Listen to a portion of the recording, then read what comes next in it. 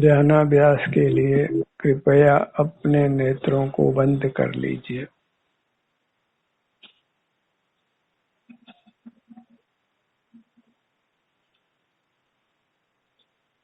अपना मुख अपनी ओर कीजिए।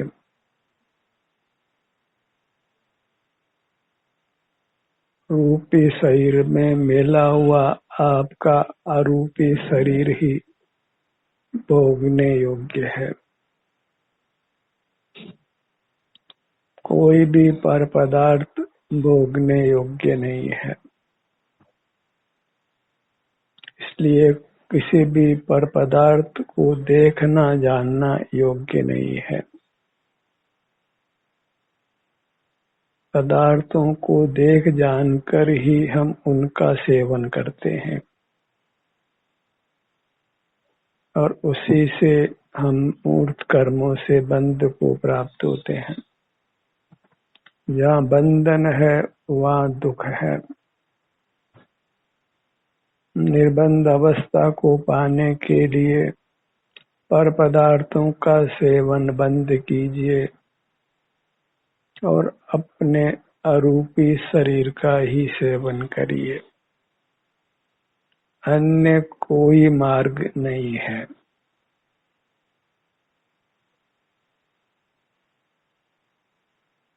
आप ही भोगता है और आप ही भोग्य है।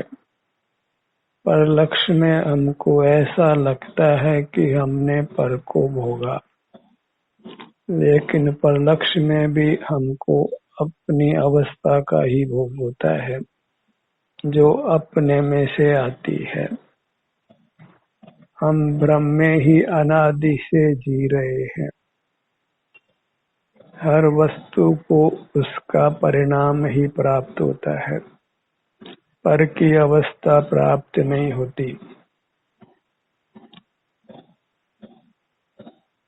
एक वस्तु को दूसरी वस्तु की अवस्था प्राप्त हो तो सर्व विप्लव होगा। पदार्थ न्यारे न्यारे नहीं रह पाएंगे। हर पदार्थ अपने द्रव्य गुण पर्याय रूप रहता है। पर द्रव्य गुण पर्याय को कोई प्राप्त नहीं कर सकता है।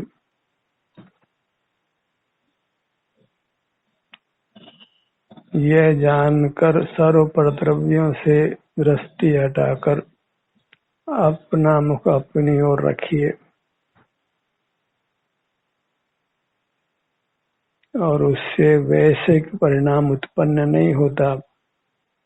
स्वाभाविक सुख का परिणाम उत्पन्न होता है।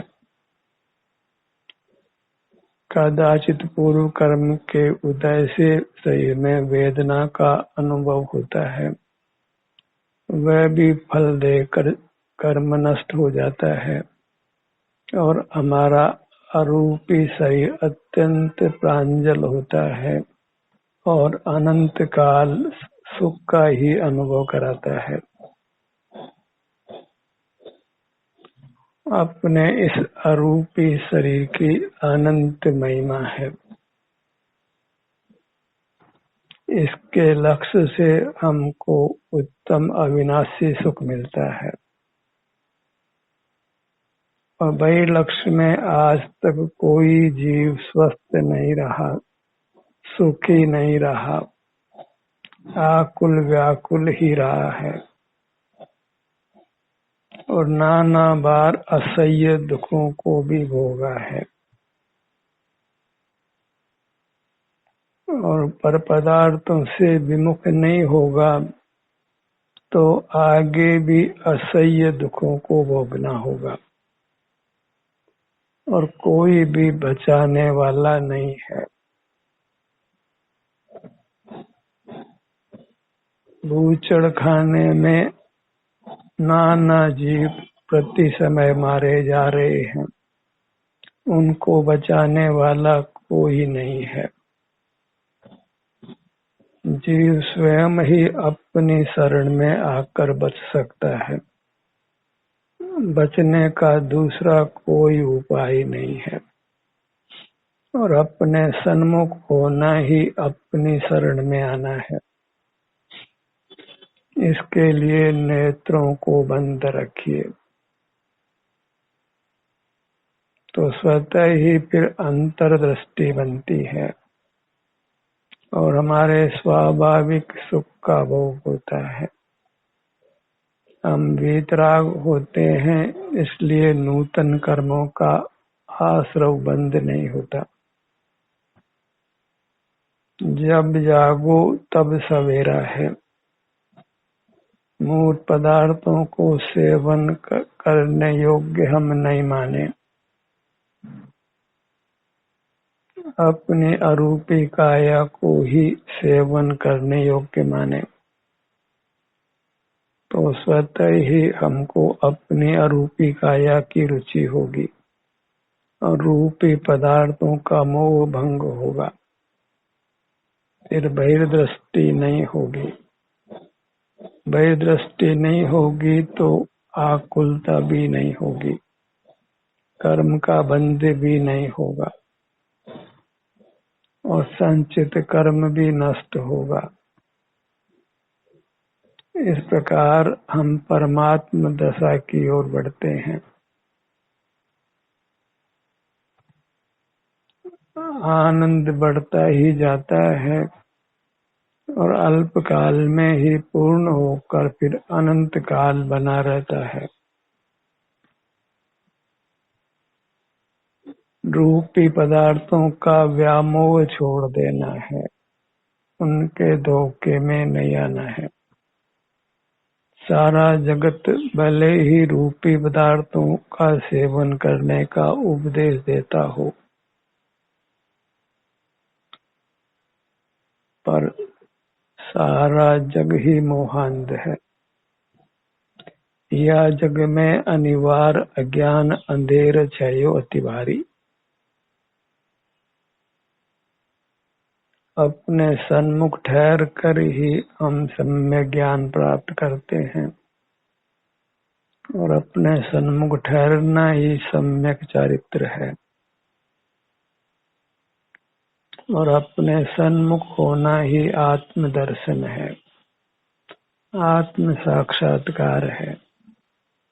उससे स्वतः ही अतीन्द्रिय सुख प्रकट होकर हमारे सेवन में अनुभव में आता है और अपने सन्मुख होने से जो परिणाम प्राप्त होता है वह अमृत रूप है और कुछ समय तक ये अमृत रूप आस्वादन निरंतर हो तो चिरस्थायी हो जाता है। हम निर्वाण को पा लेते हैं, स्वयं परमात्मा हो जाते हैं। भोग्य वस्तु जो अपना रूपी शरीर है, उसको लक्ष्य में निरंतर रखना है, उसका विछोह नहीं करना है।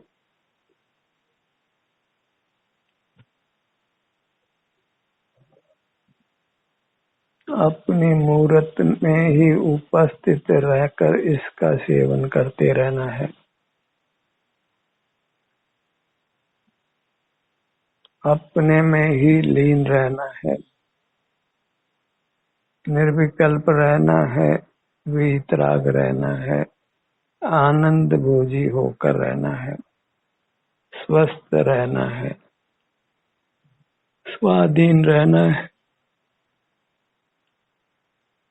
पर पदार्थों की आवश्यकताओं से अपने को मुक्त करना है। अपना ही सेवन कर हम बाह्य पदार्थों के सेवन से रहित रह सकते हैं, आनंद से रह सकते हैं।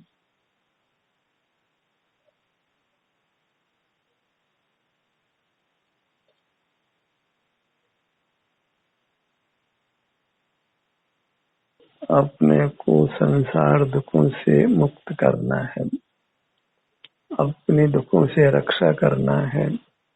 यही अहिंसा नामक परम धर्म है। बहिर्मुखता ही हिंसा रूप है। वह हमारे सुख का घात करती है,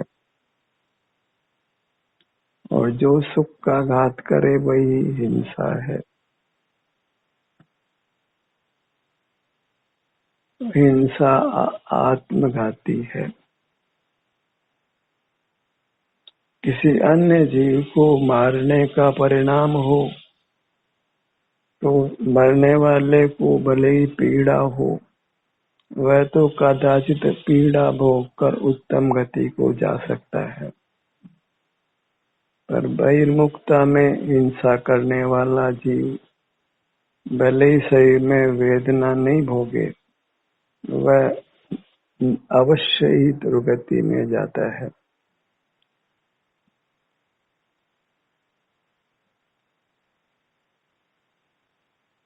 अपने ध्यान को अपने सिर के भाग पर लाइए।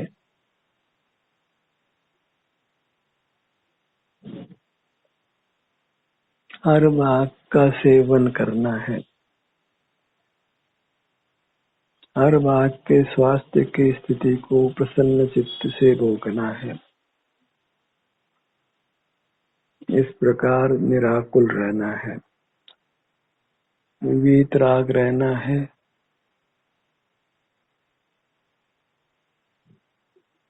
अतीन्द्रिय आनंद को भोगना है। वही उत्कृष्ट सुख है।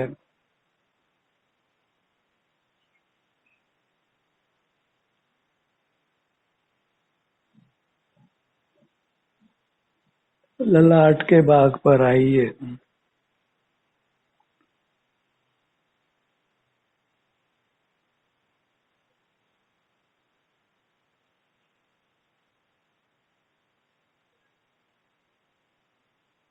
कर्तव्य है कि अपना ध्यान अपनी मूर्त पर लाएं।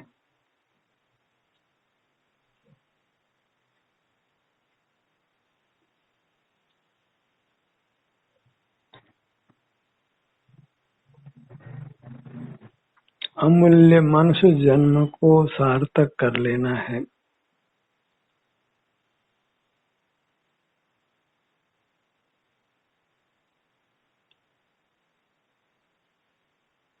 इसके समान लोक में दूसरा कोई भव नहीं है, और इस भव में भी यदि हम मोक्ष प्राप्त करने का पुरुषार्थ नहीं करते हैं, तो फिर मोक्ष अर्थात सुख की कल्पना करना ही छोड़ देना है। फिर सदा ही दुख भोगते हुए रहना है।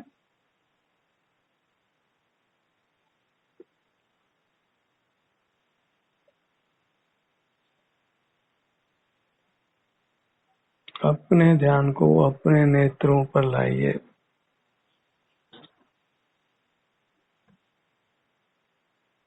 मूर्त पदार्थों को नेत्रों से देखना अच्छा नहीं है,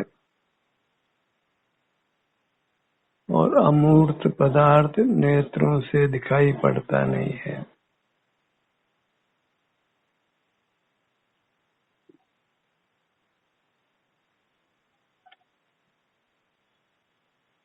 दोनों कानों के भाग पर आइए।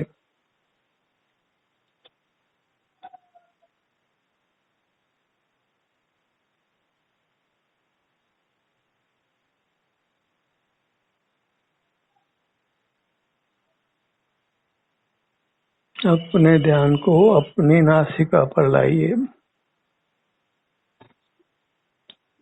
हर भाग पर यथासंभव ठहरने का प्रयत्न करिए, क्योंकि ध्यान का ध्येय हमारा यह अरूपी शरीर ही है। इसका हर भाग हमारे ध्यान का ध्येय है। बाह्य पदार्थ इंद्रिय ज्ञान के ज्ञेय हैं, और उससे संसार उत्पन्न होता है। बाह्य पदार्थ परमार्थ से शरण नहीं है।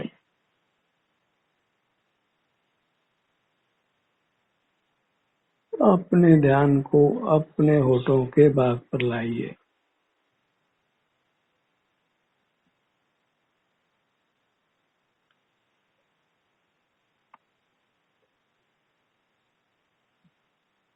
जो भी संवेदना मिलती है उसको सहर्ष भोगना है और उस भोग में हम वीतराग ही रहते हैं। जब पर पदार्थ का लक्ष्य ही नहीं होता तो पर पदार्थ के प्रति राग नहीं हो सकता है।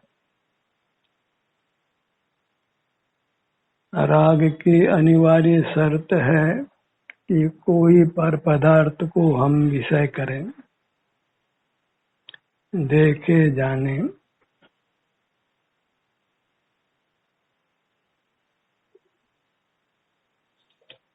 मुख के भीतर अपने जीवा भाग को लक्ष्य में लीजिए। रसना इंद्रिय को अनुभव में लीजिए।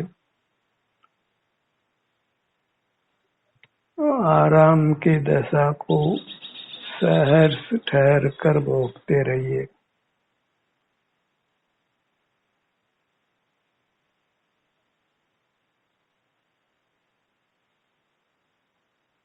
बहिर्मुख रहना ही अपराध रूप है।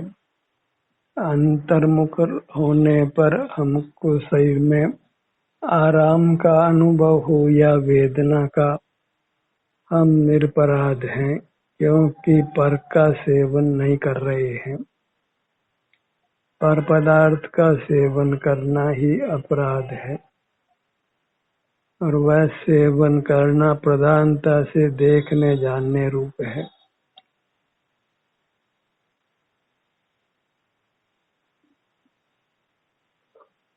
मुख के भीतर तालु भाग पर आइए।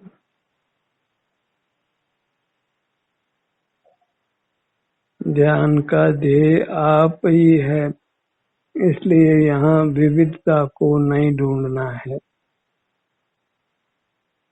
नाना पदार्थों का सेवन नहीं करना है।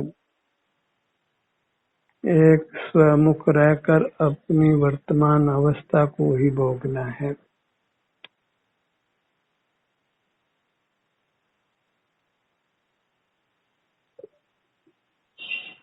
कंठ का भाग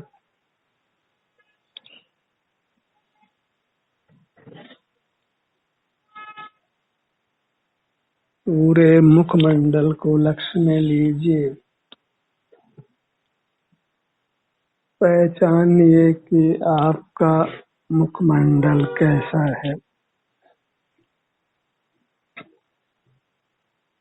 अपनी पहचान में भूल नहीं हो। मूर्त मुखमंडल अपनी पहचान नहीं है।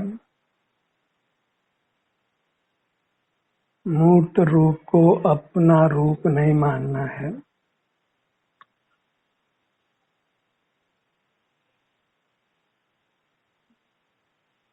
किसी भी जीव के साथ मूर्त शरीर उसका रूप नहीं है। सारा लोक व्यवहार झूठा है।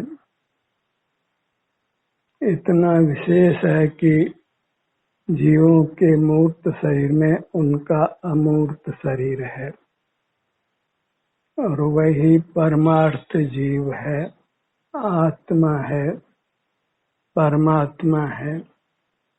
पर अन्य जीवों का अरूपी शरीर हमारे ज्ञान का विषय नहीं बन सकता है। किसी के भी ज्ञान का विषय नहीं बन सकता है। ज्ञान का विषय नियम से मूर्त पदार्थ ही होते हैं। इसलिए ज्ञान नियम से इंद्रिय ज्ञान ही होता है और इंद्रिय ज्ञान होने से वह निंद्य ही होता है, दुख का ही कारण होता है। वो अपना मुख अपनी ओर करते हैं तो उस उपयोग का नाम दर्शन है, आत्म दर्शन है।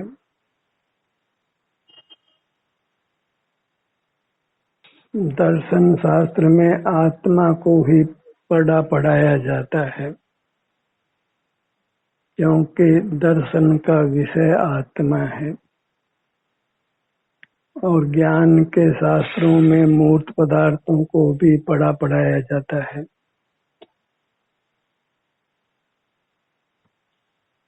और पढ़ना ही हो तो दर्शन शास्त्र पढ़ना योग्य है,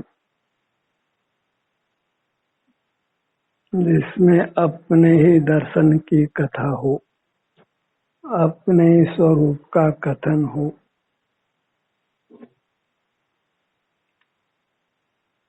क्योंकि अपना स्वरूप ही अपने लिए आनंद दाता है।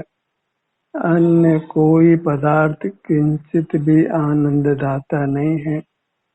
वे नियम से संसार के ही निमित्त होते हैं।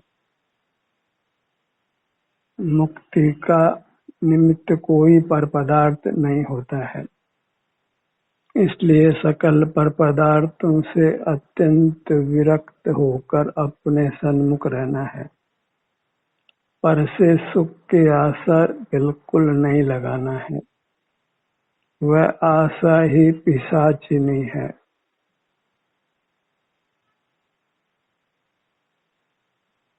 अपने ध्यान को अपने सीने के भाग पर लाइए।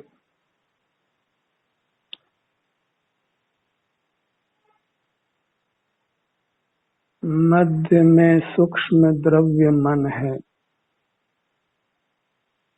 जो हमारे विचार में निमित्त होता है। और जो भी नैमित्तिक भाव हैं वे पराधीन हैं, जीव का स्वभाव नहीं है। विचार करना जीव का स्वभाव नहीं है। मन का व्यापार स्वभाव प्रकट करने में नहीं होता है। विकल्प की ही उत्पत्ति करता है और विकल्प सर्व ही आकुलता रूप होते हैं। विकल्पों में सुख की भ्रांति छोड़िए। हृदय स्थान पर आइए।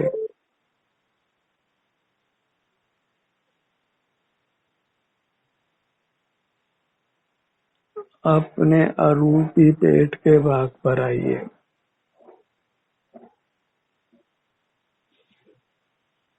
मध्य में अरूपी नाभि का भाग।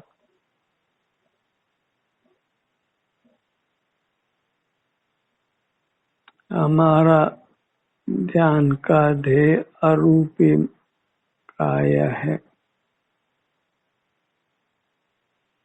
चेतन काया है, जिसको चेतने से आनंद का भोग होता है।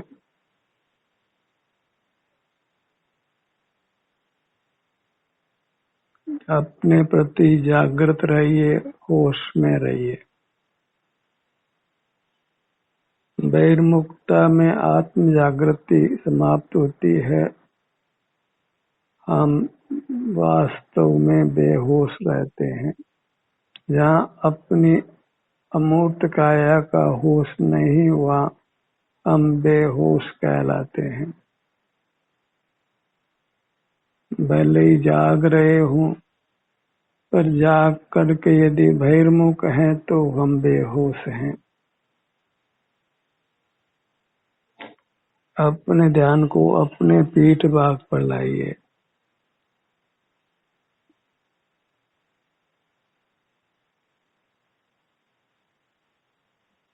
पीठ भाग पर अपने ध्यान का विचरण कराइए।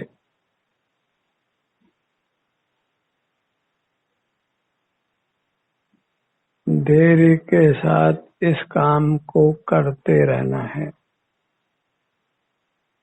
जहाँ तक संभव हो ध्यान की निरंतरता को बनाए रखना है।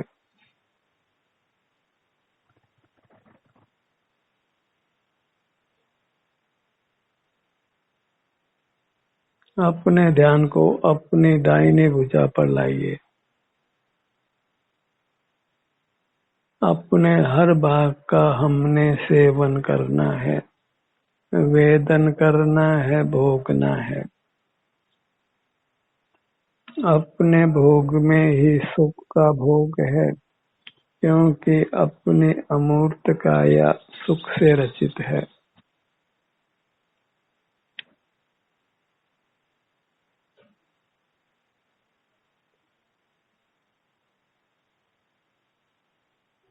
बाईं भुजा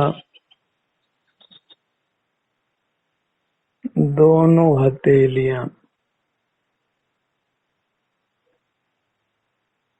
अपने ध्यान को अपने दाहिने पैर पर लाइए। पगतली से जंघा भाग तक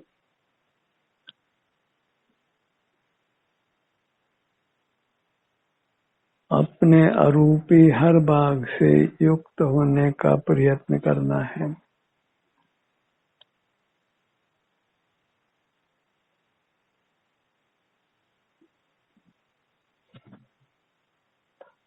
बाईं भुजा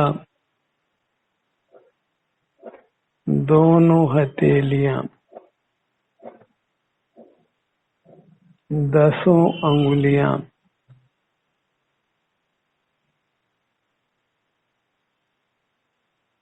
अपने सन्मुख होने मात्र से अपनी काया आत्यंतिक शुद्ध, पवित्र और सुखद होती है।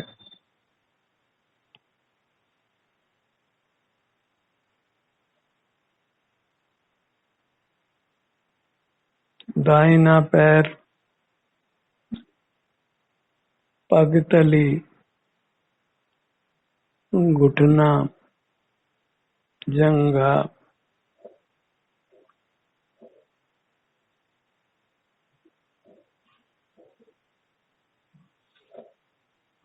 बायां पैर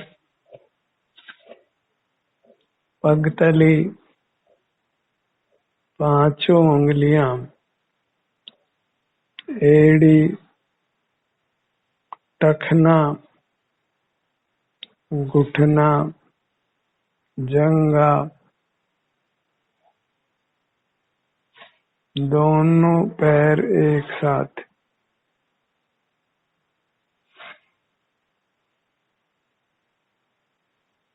अपनी पूरी मूर्त को लक्ष्य में लेने का प्रयत्न करिए।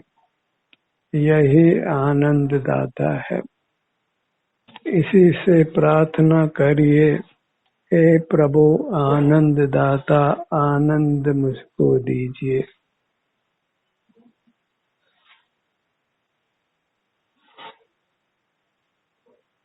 इसी के शरण में बने रहिए।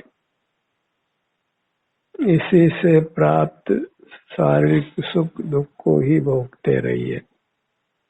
वैश्विक सुख दुख नहीं भोगना है, पर पदार्थों को लक्ष्य में नहीं लेना है।